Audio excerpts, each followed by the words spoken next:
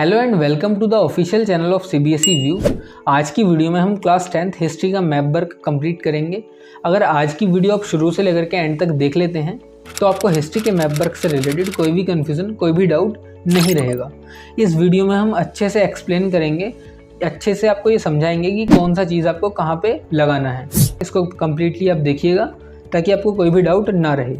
और सबसे पहले मैं आपको एक बात ज़रूर बता दूँ, एक सजेशन आपको दे दूँ कि अगर आप इस वीडियो को देख रहे हैं तो कम से कम आपके पास 3 मैप होना बहुत ज़्यादा ज़रूरी है। क्योंकि अगर आप वीडियो देखेंगे और आप मैप में प्रैक्टिस नहीं करेंगे तो फिर उसका कोई फ़ायदा इतना ज़्यादा नहीं होगा। तो आप एक काम कीजिए, मेरे कहने से कम 3 पॉलिटिकल मैप अपने पास लेकर बैठिए और हमारे साथ साथ उनको प्रैक्टिस करते जाइए ताकि आपके मार्क्स एकदम कट ही ना पाएँ।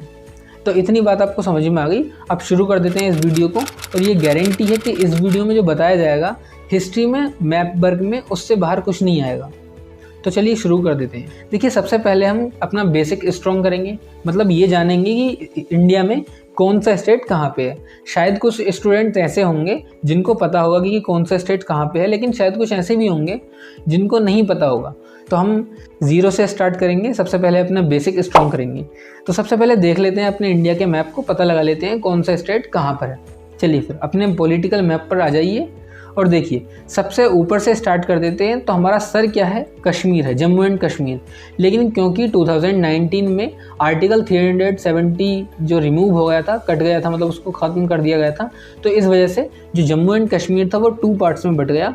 एक तो बन गया लद्दाख और एक बन गया जम्मू एंड कश्मीर। तो लद्दाख जो है वो ऊपर है, जम्मू कश्मीर आपको साइड में दिखाई दे रहा होगा। अब जब जम्मू एंड कश्मीर से थोड़ा सा नीचे चलेंगे तो ये क्या आ जाएगा? हिमाचल प्रदेश। क्योंकि यहाँ पे हिमालय है तो इस चीज़ से आप ध्यान रख सकते हैं। ये कौन सा स्टेट है? हिमाचल प्रदेश। अब जब हिमाचल प्रदेश से थोड़ा सा नीचे चलेंगे हम तो क्या आ जाएगा? उत्तराखंड। उत्तराखंड किससे मिलकर बना है? ये बना है उत्तर प्रदेश से। और उत्तर प्रदेश को याद रखने का तरीका एकदम आसान है। हम कहाँ रहते हैं? उत्तर प्रदेश में। तो उत्तर प्रदेश आप अच्छे से याद रख ही लेंगे। अब देखिए, अब उत्तर प्रदेश से हम एक कदम आगे चलेंगे तो कौन सा स्टेट आ जाएगा हमारे सामने? ये आ जाएगा बिहार। तो बिहार उत्तर प्रदेश से एकदम सटा हुआ है। अब जब बिहार के नीचे चलेंगे थोड़ा सा तो ये कौन सा स्टेट आ जाएगा? झारखंड। अब झारखंड को याद रखने का एकदम अच्छा तरीका है। MS धोनी कहाँ से हैं? तो MS धोनी कहाँ से हैं? झारखंड से हैं। तो झारखंड कहाँ पे है? बिहार के नीचे। तो इसको आप अच्छे से याद रख लीजिएगा। अब बांग्लादेश के और झारखंड के बीच में कौन सा स्टेट है? यह है वेस्ट बंगाल। तो वेस्ट बंगाल को आप अच्छे से याद रख लीजिएगा। बिहार से और झारखंड से थोड़ा सा आगे और बांग्लादेश से पीछे कौन सा स्टेट है? वेस्ट बंगाल। अब देखिए, आपको ये नेपाल और भूटान तो नज़र आ रहे होंगे। अब ये नेपाल और भूटान के बीच में एक इंडिया का स्टेट है। कौन सा है ये? ये है सिक्किम। तो आपको याद रख लेना है कि नेपाल और भूटान के बीच में जो बेचारा दबा हुआ सा, पिछा हुआ सा एक स्टेट है, कौन सा है? वो सिक्किम है। चलिए अब आगे चलते हैं भूटान से आगे। देखिए, अगर हम भूटान से आगे चलेंगे तो कौन सा स्टेट पड़ेगा हमारे सामने? अरुणाचल प्रदेश। सबसे लास्ट में जो स्टेट है इधर की तरफ, ईस्ट की तरफ, ये कौन सा है? अरुणाचल प्रदेश। अब जब अरुणाचल प्रदेश से थोड़ा सा नीचे आते हैं हम तो कौन सा स्टेट है ये? ये है आसाम। अब आसाम से थोड़ा सा और नीचे आएंगे तो कौन सा स्टेट है? ये है मेघालय। अब ये 4 स्टेट जो बचे हैं लाइन से, इनको और अच्छे से समझ लेते हैं। देखिए, इधर से अगर हम देखेंगे तो सबसे पहले कौन सा पड़ता है? त्रिपुरा। त्रिपुरा के बाद फिर मिज़ोरम, मिज़ोरम के बाद मणिपुर और मणिपुर के बाद नागालैंड। तो इसको याद करेंगे कैसे? त्रिपुरा, मिज़ोरम, मणिपुर, नागालैंड। इस तरह से हमने ईस्ट के जितने भी स्टेट थे हमने इनको याद कर लिया है अच्छे से। अब देखिए, अब जब वेस्ट बंगाल आ गए हम लोग तो वेस्ट बंगाल से अगर हम थोड़ा सा नीचे की ओर चलेंगे तो ये कौन सा स्टेट आ जाएगा? ओडिशा। ओडिशा के फिर थोड़ा सा नीचे चलेंगे तो ये कौन सा स्टेट आ जाएगा? आंध्र प्रदेश। अब आंध्र प्रदेश से थोड़ा सा और नीचे चलेंगे तो कौन सा आ जाएगा? तमिलनाडु। तमिलनाडु को तो आप आसानी से याद रख लेंगे क्योंकि ये सबसे नीचे है, तो इसको आप आसानी से याद रख लीजिएगा। तमिलनाडु के ऊपर आंध्र प्रदेश है ही। अब जब तमिलनाडु से थोड़ा सा अगर हम घूमेंगे तो करेले की शेप में कौन सा स्टेट आ जाएगा? ये आ जाएगा केरला। करेले की शेप में केरला। केरला के थोड़ा सा ऊपर चलेंगे हम लोग तो कौन सा स्टेट आएगा हमारे सामने? कर्नाटका। अब इससे हम आगे चलेंगे थोड़ा सा तो अगर हम आपसे पूछें कि फिल्में कहाँ बनती हैं, हिंदी फिल्म इंडस्ट्री कहाँ पे है, तो साफ साफ आप बता देंगे कि मुंबई। तो मुंबई है कहाँ पे? मुंबई है महाराष्ट्र में। तो महाराष्ट्र आपके सामने नज़र आ रहा है आपको, तो ये है महाराष्ट्र। अब देखिए, ये अजीब सा शेप किसका है? ये है गुजरात का। महाराष्ट्र के ऊपर चलेंगे तो हम कौन सा आ जाएगा? ये गुजरात। अब पाकिस्तान से एकदम सटा हुआ कौन सा स्टेट है, ये राजस्थान है। सबसे जो बड़ा स्टेट है हमारे यहाँ का एरिया वाइज कौन सा है, ये राजस्थान है। अब राजस्थान से अगर हम थोड़ा सा ऊपर चलेंगे तो कौन सा स्टेट आ जाएगा, पंजाब। अब पंजाब के पास कौन सा स्टेट है, हरियाणा। हरियाणा पंजाब तो आप आसानी से याद ही हो जाएगा आपको, क्योंकि हरियाणा और पंजाब की कैपिटल भी एक ही है, चंडीगढ़। तो इन दोनों को आप आसानी से याद रख लेंगे। पाकिस्तान से किसका बॉर्डर सटता है, पंजाब का, राजस्थान का, जम्मू एंड कश्मीर का और गुजरात का, ठीक है। और पंजाब के नज़दीक कौन सा स्टेट है, राजस्थान है और हरियाणा है। इस तरह से आप याद रख लेंगे। तो हमने जितने भी ये बाहर के स्टेट थे ना उनको याद कर लिया है। अभी जो अंदर के स्टेट्स हैं इनको याद कर लेते हैं। देखिए, अब देखिए आंध्र प्रदेश से थोड़ा सा अंदर चलेंगे तो हम कौन सा स्टेट आ जाएगा, ये तेलंगाना। ये एक न्यू स्टेट बना था। अब ये जो छत्तीसगढ़ है, सी हॉर्स की शेप में है, ये सी हॉर्स की शेप में कौन सा स्टेट है, ये है छत्तीसगढ़। अब भारत के मध्य में क्या है, इंडिया के मध्य में, बीच में क्या है, मध्य प्रदेश, इसीलिए इसका नाम क्या है, मध्य प्रदेश। तो इसको आप आसानी से याद रख लेंगे। तो अब हम शुरू कर देते हैं अपना मैप वर्क। तो देखिए, हिस्ट्री में आपको सिर्फ और सिर्फ एक ही चैप्टर से मैप वर्क आएगा और उस चैप्टर का नाम है नेशनलिज्म इन इंडिया। तो नेशनलिज्म इन इंडिया में जो भी आपके सामने मैप वर्क लिख रहा है बस यही मैप वर्क आएगा। इसके अलावा नेशनलिज्म इन इंडिया से कोई भी चीज़ आपको मैप पर लोकेट करने के लिए, प्लॉट करने के लिए नहीं आएगी। तो हिस्ट्री से जितना आपको दिख रहा है, नज़र आ रहा है, इसके अलावा कोई भी चीज़ आपको लोकेट करने के लिए नहीं आएगी। तो आपको सिर्फ और सिर्फ किन की प्रैक्टिस करनी है, जो आपको आपकी स्क्रीन पर दिख रहे हैं। चलिए फिर सबसे पहले जो है ये कांग्रेस सेशंस हैं। देखिए, कांग्रेस के सेशंस हुआ करते थे, इनको देख लेते हैं। इनको हम कैसे प्लॉट करेंगे अपने मैप पर। तो आपको क्वेश्चन किस तरह से बनेगा कि locate the following map items, इस तरह से आपको क्वेश्चन बन जाएगा। या फिर ऐसे बना देगा वो कि plot the following map items. तो आपको क्या करना है, देखते रहिए अच्छे से और मैप पर जो है अपने प्लॉट करते रहिएगा। जिस तरह से हम आपको बताएं उस तरह से ही आप इसको कीजिएगा। तो सबसे पहले कांग्रेस सेशंस को प्लॉट करेंगे। तो सबसे पहला कौन सा सेशन है यहाँ पे, कैलकाटा सेशन। तो कैलकाटा आपको मालूम होना चाहिए कि कैलकाटा है कहाँ पे, वेस्ट बंगाल में है। कैलकाटा का नाम ही बाद में क्या कर दिया गया, कोलकाता। और वेस्ट बंगाल की कैपिटल क्या है, कोलकाता। तो देखिए, कैलकाटा सेशन को हम किस तरह से प्लॉट करेंगे मैप पर। सबसे पहले हम कहाँ पहुँचेंगे, सबसे पहले पहुँचेंगे हम वेस्ट बंगाल में, क्योंकि कैलकाटा कहाँ पे है, वेस्ट बंगाल में है। चलिए सबसे पहले हम पहुँच गए वेस्ट बंगाल में। अब देखिए, जहाँ पे ये पॉइंट आपको नज़र आ रहा है वहाँ पे ही आपको पॉइंट एक लगा करके और उसके सामने एक इस तरह से एरो का सिंबल लगा करके लिख देना है कैलकाटा सेशन। और ब्रैकेट में अगर आपको इसकी डेट याद है तो वो भी आपको लिख देनी है, सितंबर 1920। तो इस तरह से आपको कैलकाटा सेशन प्लॉट कर लेना है। अब देखिए, उसके बाद जो दूसरा सेशन आपको प्लॉट करना है वो कौन सा है, वो है नागपुर। अब आपको ये मालूम होना चाहिए कि नागपुर कहाँ पर है। नागपुर है महाराष्ट्र में। तो सबसे पहले हम जाएंगे कहाँ पर, सबसे पहले जाएंगे महाराष्ट्र में। चलिए फिर हम पहुँच गए महाराष्ट्र में। अब ये महाराष्ट्र में आपको जहाँ पे ये पॉइंट आपको नज़र आ रहा है वहाँ पर आपको अपने मैप में एक पॉइंट लगा देना है और उसके सामने एरो का निशान बना करके लिख देना है नागपुर सेशन। और अगर आपको इसकी डेट याद है तो सोने पर सुहागा है, आप लिख दीजिए दिसंबर 1920। इस तरह से आपको नागपुर सेशन प्लॉट कर लेना है। उसके बाद जो थर्ड सेशन है कांग्रेस का वो कौन सा है, मद्रास सेशन। आपको ये मालूम होना चाहिए कि जो चेन्नई है उसी को पहले मद्रास कहा करते थे और ये चेन्नई है कहाँ पे, तमिलनाडु में है। तमिलनाडु में कहाँ पर है, आपको दिख रहा होगा कहाँ पर है, जहाँ पर ये पॉइंट आपको नज़र आ रहा है।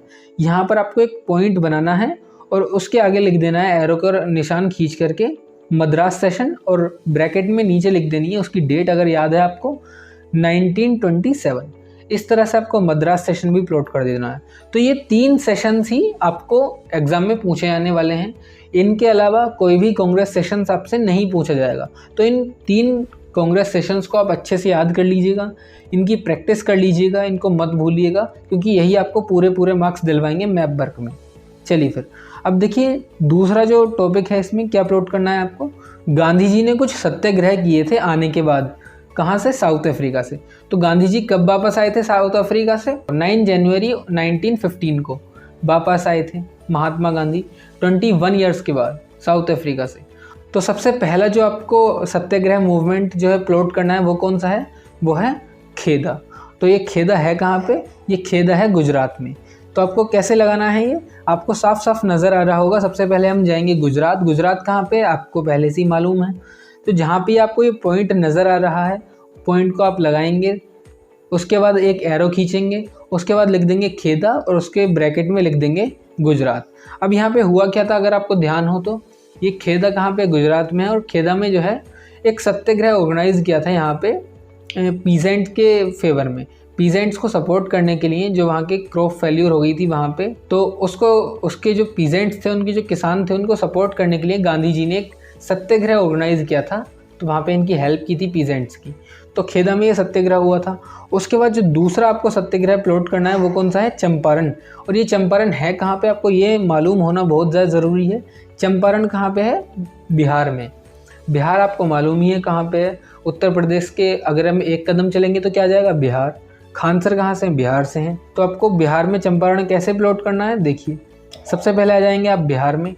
तो बिहार में आकर के आपको जहाँ पे ये पॉइंट नज़र आ रहा है वहाँ पे एक पॉइंट लगाएंगे अपनी पेंसिल से, और उसके बाद एक एरो खींच करके लिख देंगे चंपारण और ब्रैकेट में लिख देंगे बिहार।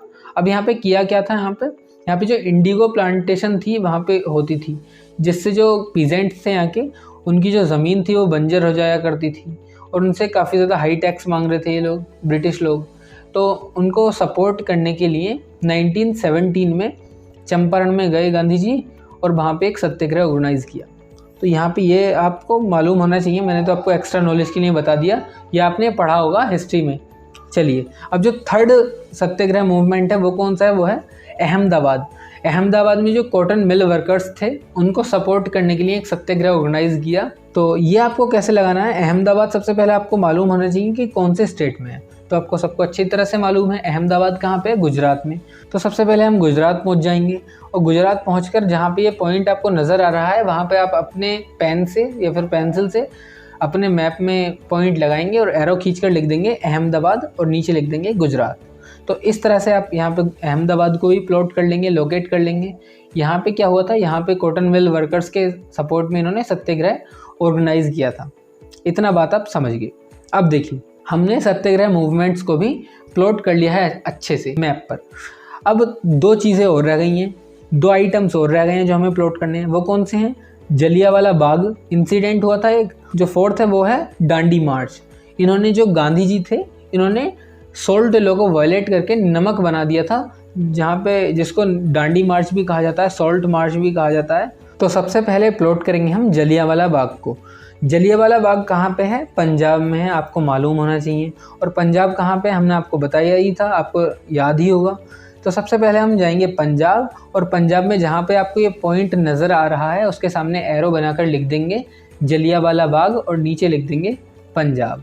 इस तरह से आप जलियांवाला बाग को भी प्लॉट कर लेंगे। यहाँ पे क्या हुआ था, यहाँ पे 1919 का ये इंसिडेंट है।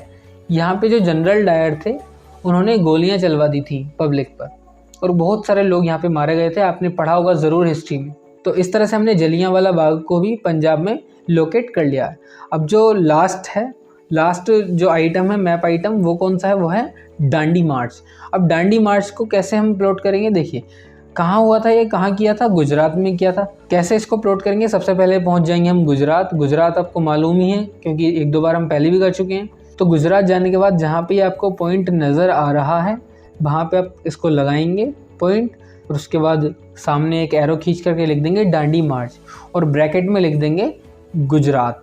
तो इस तरह से आप इसको दांडी मार्च को भी प्लॉट कर लेंगे। तो इस तरह से हमने हिस्ट्री का मैप वर्क कंप्लीट कर लिया है। यहाँ तक आपको अगर कोई भी डाउट हो तो अच्छे से पूछ लीजिएगा कमेंट बॉक्स में। उम्मीद करता हूँ यहाँ तक कोई डाउट आपको रहा नहीं है, और अगर आपने ये वीडियो पूरी देख ली है तो बहुत ज़्यादा अच्छा किया है। आपके मार्क्स कटेंगे ही नहीं अगर आप इसको अच्छे से याद कर लेते हैं तो उम्मीद करता हूँ ये वीडियो आपको ज़रूर पसंद आई होगी, इससे आपकी हेल्प ज़रूर हुई होगी। अभी देखिए, मैं आपको एक बात और बता दूं, एसएसटी में आपको सिर्फ और सिर्फ 2 सब्जेक्ट का ही मैप वर्क आएगा। एक तो हिस्ट्री का आएगा, एक आएगा जियोग्राफी का। तो हिस्ट्री का मैप वर्क हमने कंप्लीट कर लिया है, जियोग्राफी का मैप वर्क हम करेंगे नेक्स्ट वीडियो में। तो आपको उसकी लिंक इस वाले वीडियो के डिस्क्रिप्शन बॉक्स में हम दे देंगे, जब वो अपलोड हो जाएगी तो आप उसको भी देख लीजिएगा। तो उम्मीद करता हूँ ये वाली वीडियो आपको अच्छे से समझ में आई होगी, आपको जो भी मैंने समझाया वो अच्छे से क्लियर होगा। वीडियो अगर पसंद आई हो, हेल्पफुल रही हो तो एक लाइक ज़रूर कीजिएगा।